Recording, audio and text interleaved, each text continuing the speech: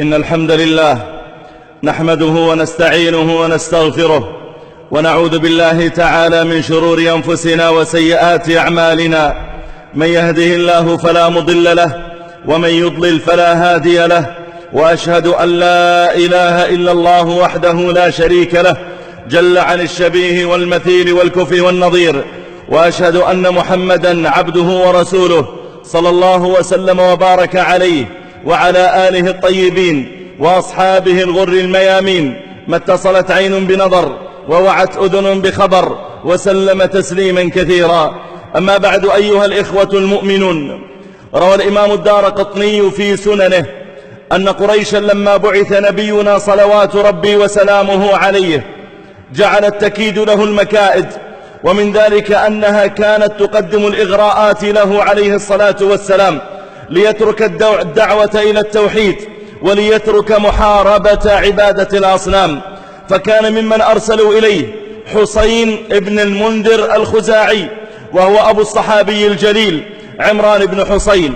دخل حسين بن المنذر على رسول الله صلى الله عليه وآله وسلم فوقف بين يديه، ثم قال للنبي عليه الصلاة والسلام: ما تقوله قريش عادة، فرقت جماعتنا وشتت شملنا وذممت آلهتنا وفعلت ولم يأتي أحد قومه بمثل ما جئتنا به.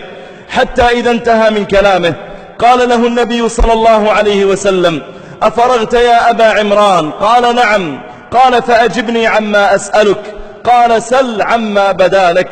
فقال له النبي عليه الصلاة والسلام: يا حسين، كم إلها تعبد؟ قال: أعبد 7، 6 في الأرض و1 في السماء. قال: فإذا مرض الولد من تدعو؟ قال: أدعو الذي في السماء. قال: فإذا جاع العيال من تدعو؟ قال: أدعو الذي في السماء. قال: فإذا أجدبت الأرض من تدعو؟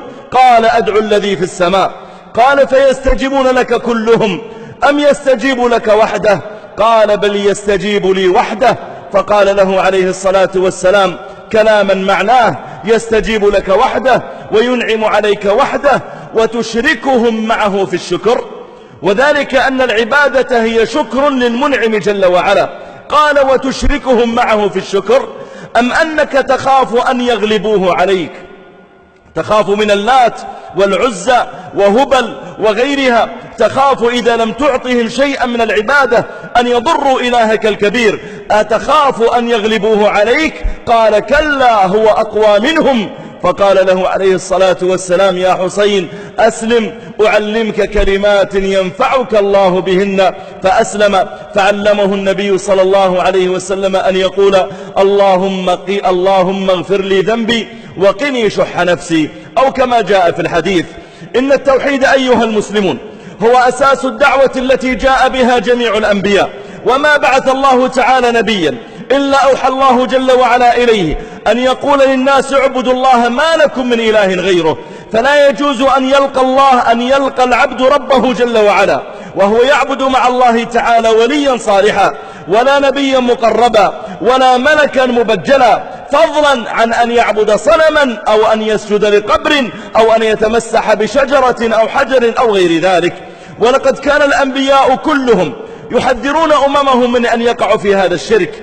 ألم تسمع إلى قول كل الأنبياء لما كانوا يقولون لأقوامهم: أتعبدون من دون الله ما لا ينفعكم شيئا ولا يضركم؟ ولقد أخبرنا النبي صلى الله عليه وآله وسلم أن الله تعالى خلق الخلق كلهم حنفاء. يقول النبي صلى الله عليه وسلم: يقول الله تعالى: خلقت عبادي حنفاء كلهم فأتتهم الشياطين فاجتالتهم عن دينهم. يعني خلق الله تعالى آدم عبدا موحدا لله جل وعلا، لكن الشياطين تسلطت بعد ذلك على ذريته حتى جعلت بعضهم يصرف أنواعا من العبادة لغير الله سبحانه وتعالى.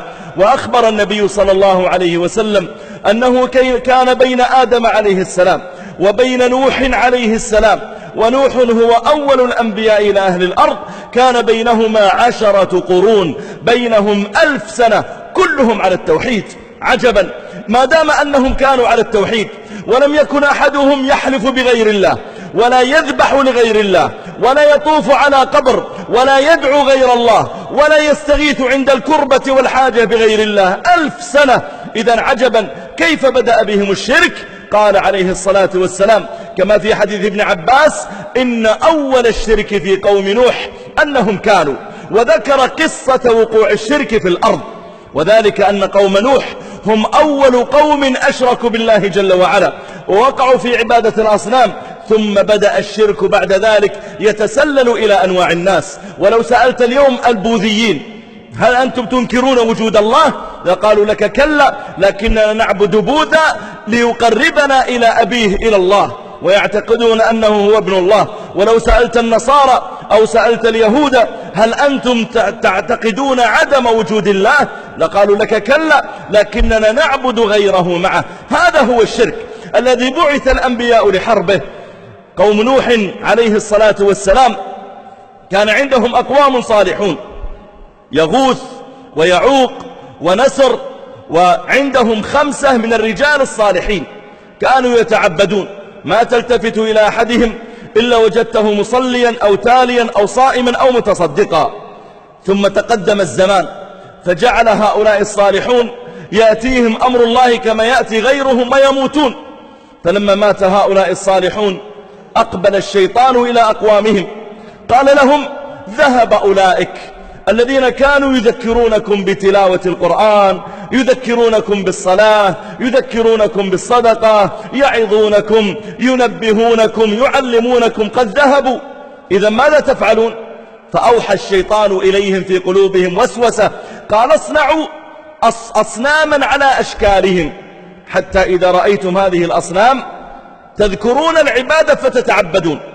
والشيطان لا يأتي للإنسان في الغالب إلى المعصية مباشرة، إنما يزين له المعصية، كما بين الله جل وعلا ذلك لما لعن الله تعالى الشيطان وقال وأن عليك اللعنة إلى يوم الدين.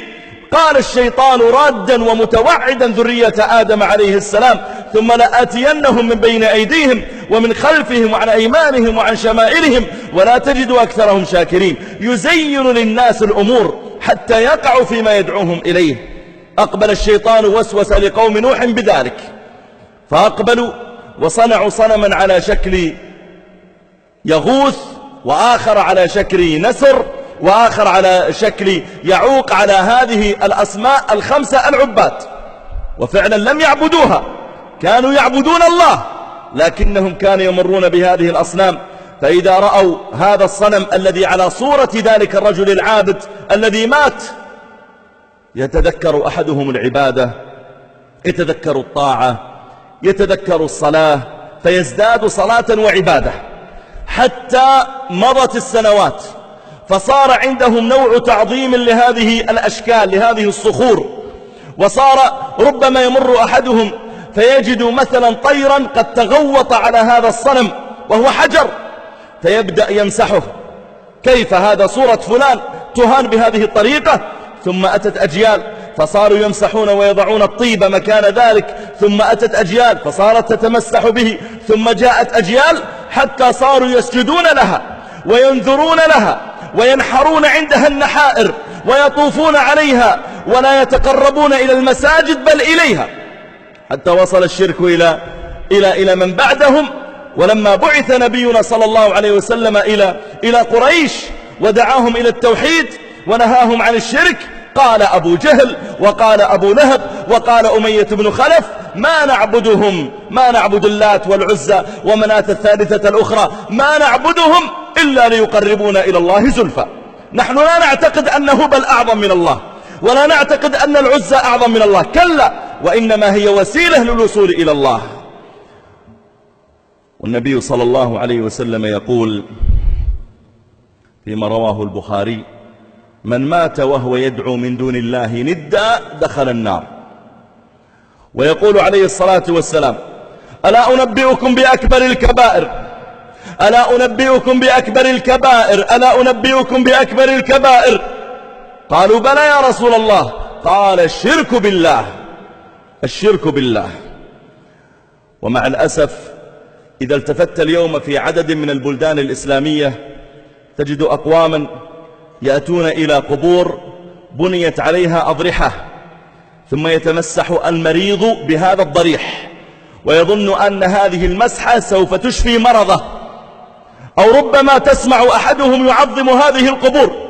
وقد سمعت بعض الرافضة الذين يغلون في القبور ويصرفون لأصحاب القبور من العبادة ما لا يجوز أن يصرف إلا لله، أنه كان يذكر فضائل القبور فيقول لما تكلم عن قبر سيدنا وإمامنا وقدوتنا وسبط رسول الله صلى الله عليه وسلم وسيد شباب أهل الجنة الحسين بن علي رضي الله تعالى عنه وعن أبيه، والحسين والله لا يرضى أن يتقرب إليه أحد بعبادة تصرف لله، بل يزار قبره ويتذكر الموت عند ذلك ويدعى له، ولا يجوز أن تدعوه ولا أن تطوف على قبره.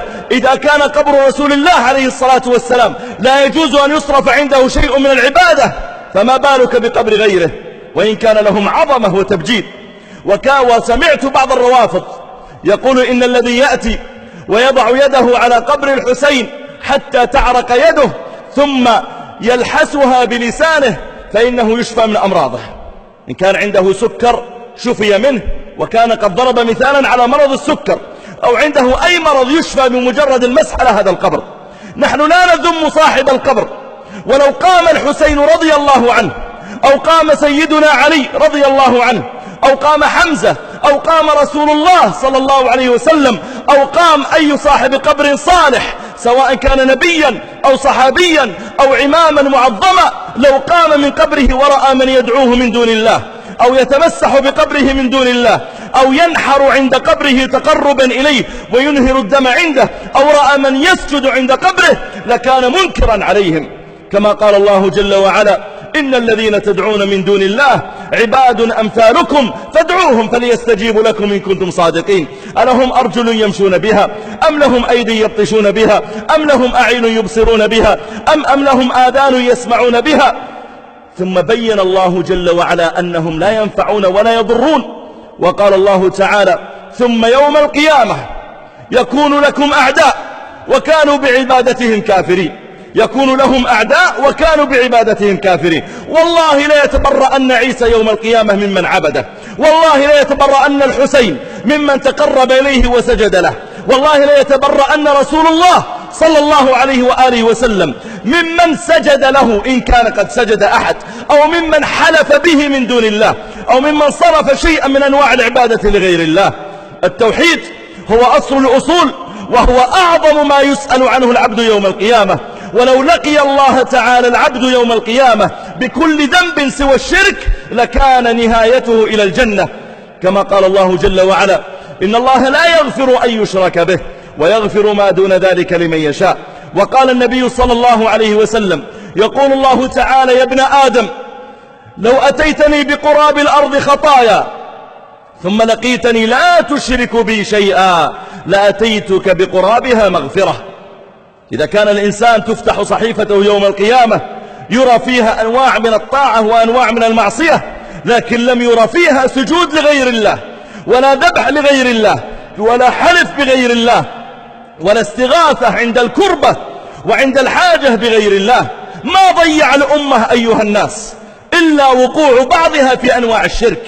حتى إنه في عام 656 للهجرة لما غزت التتار بغداد وقصدت الخلافة بمكر من ابن العلقمي الرافضي، لما كاد للخلافة حتى أسقطها لما قربه الخليفة، فلما أقبل أولئك التتار كان بعض أهل بغداد في ذلك الحين قد دخل فيهم تعلق بالقبور، ويرون أن هذا القبر ينفع ويضر، وأنه ينقذ عند المصيبة ويرفع الكربة ويجيب الملهوف.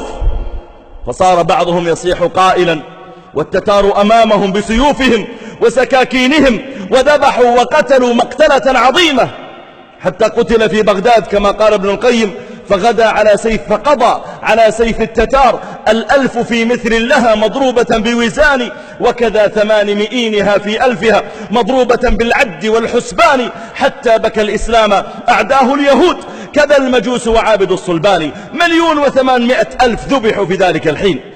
فكان بعض الناس يصيح يقول: يا هاربين من التتر لوذوا بقبر أبي عمر، يا هاربين من التتر لوذوا بقبر أبي عمر.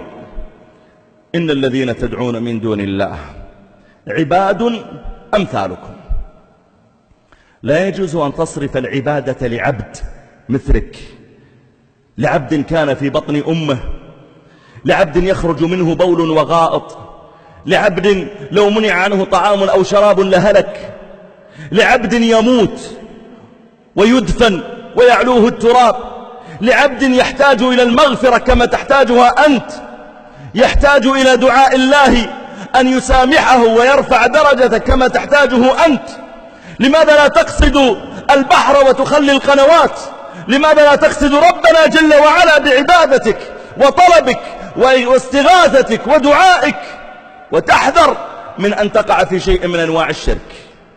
بعض الناس مع الأسف اليوم تجد أنه ربما علق الخيوط في يده رجاء أن يكون فيها شفاء.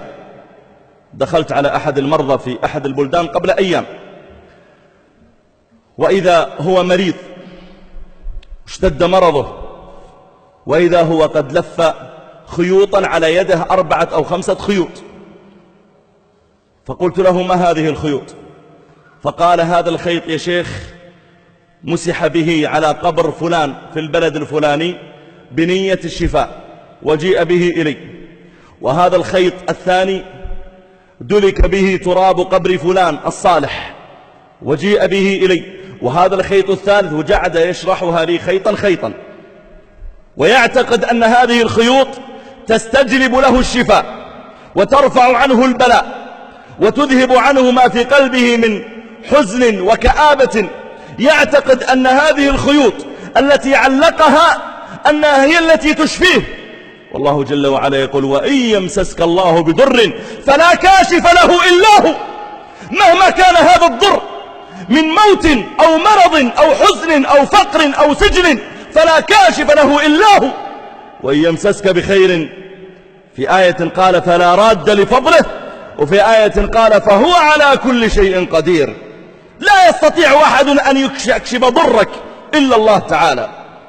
فقلت له: صاحب القبر هذا لو مر أحد به، سواء كان صاحب القبر صالحا أو غير صالح، لو مر أحد به وآذاه بأي نوع من أنواع الأذى، هل يستطيع أن يقوم ويدفع عن نفسه؟ والنبي صلى الله عليه وسلم يقول: من تعلق تميمة فقد أشرك. رواه الإمام أحمد. من تعلق تميمة فقد أشرك. وقال: من تعلق شيئا وكل إليه.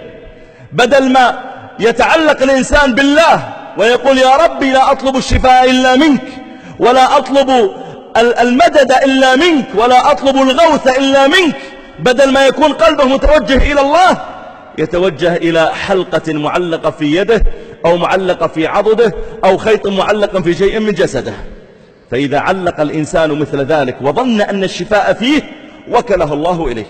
وكأن الله يقول: يا عبدي أنت ما توجهت إلي، إنما توجهت إلى هذه الخيوط، فانظر هل هذه الخيوط تنفعك أو تضرك، هي التي تشفيك ليس أنا.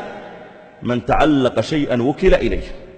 وقال عبد الله بن مسعود رضي الله تعالى عنه ويروى مرفوعا، قال: من قطع تميمة من إنسان، الذي يجد أحدا معلقا خيوطا أو معلقا تمائم في يده، في حلقة، في غير ذلك، فيها حتى لو كان فيها خزعبلات أو فيها آيات من القرآن، من تعلق تميمة، من قطع تميمة من إنسان فكأنما أعتق رقبه. يقوله عبد الله بن مسعود رضي الله تعالى عنه: لما تجد إنسانا معلقا هذه المسائل في أي جزء من جسده، ثم تنصحه، تبين له التوحيد، أن الله جل وعلا بين لنا الطريق لنيل الرحمة، بين لنا الطريق للشفاء من الأمراض، بين لنا الطريق للمغفرة وللسلامة من البلاء، بين لنا الطريق الذي نحفظ به أولادنا من الضرر. فلا يجوز أن تسلك مثل هذه السبل إذا أقنعته ثم نزعت منه هذه التميمة التي علقها، إذا نزعتها منه بكل رفق ولين وقناعة فكأنما أعتقته، فكأنما أعتق رقبه. فالله الله أيها المسلمون بحماية جناب الشرك، بحماية جناب التوحيد والحذر من الشرك، وأن يحذر الإنسان من أن يقع في شيء من ذلك. فإن الإنسان إذا لقي الله تعالى بكل ذنب سوى الشرك كان تحت الرحمة والمغفرة، لكن إذا لقي الله تعالى وهو مشرك إن الله لا يغفر أن يشرك به ويغفر ما دون ذلك لمن يشاء. أسأل الله تعالى أن يثبتنا جميعا على التوحيد وأن يعيذنا من الشرك وأنواعه وأهله. قولوا ما تسمعون واستغفر الله الجليل العظيم لي ولكم من كل ذنب فاستغفروه وتوبوا إليه إنه هو الغفور الرحيم.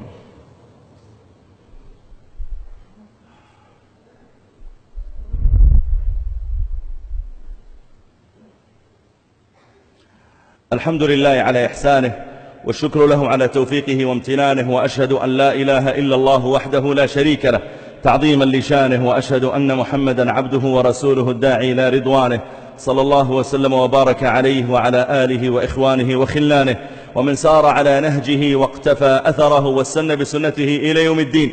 أما بعد أيها الإخوة الكرام، إن انتشار الشرك في الأمة في الزمن الأخير بدأ يقل ولله الحمد. قبل سنوات كنا نسافر إلى بعض البلدان فلا تكاد أن تجد مسجدا خاليا من قبر، ولله الحمد اليوم بدأت تقل هذه المسائل، وبدأنا ولله الحمد نرى المساجد التي بنيت جديدة ربما خلال 20 سنة الأخيرة كلها تبنى من غير قبور، تطبيقا لقول سيدنا رسول الله صلى الله عليه وسلم لما قال لعنة الله على اليهود والنصارى اتخذوا قبور أنبيائهم مساجد يحذر مما صنعوا، قال ألا فلا تتخذوا قبري مسجدا. لا يجوز أن يبنى مسجد فوق قبر. تدري ما الحكمة من ذلك؟ لأن المساجد لله فلا تدعو مع الله أحدا. المسجد مكان يعبد فيه الله وحده لا شريك له. الله يريد منك إذا دخلت إلى المسجد ألا يتوجه قلبك ولا تطمئن نفسك ولا تشتاق روحك إلا إلى شيء واحد، إلى مغفرة الله ورحمته ومصدرها من الله، وألا يصبح القلب متوجها بعضه لله وبعضه لهذا القبر الذي في المسجد. أن يصبح تعظيمك للمسجد لأنه بيت الله لا لأن فلانا دفن فيه. فإذا دخلت إلى مسجد وفيه قبر لمعظم فتجد أن قلبك يقبل ربما 90% إلى الله، لكن 10% إلى صاحب هذا القبر، لأنه يضع بركة في المسجد في زعمهم. لذلك حرم أن تبنى المساجد على القبور. لا يجوز أن يبنى المسجد على القبر، والمسجد الذي فيه قبر لا يجوز أن يصلى فيه.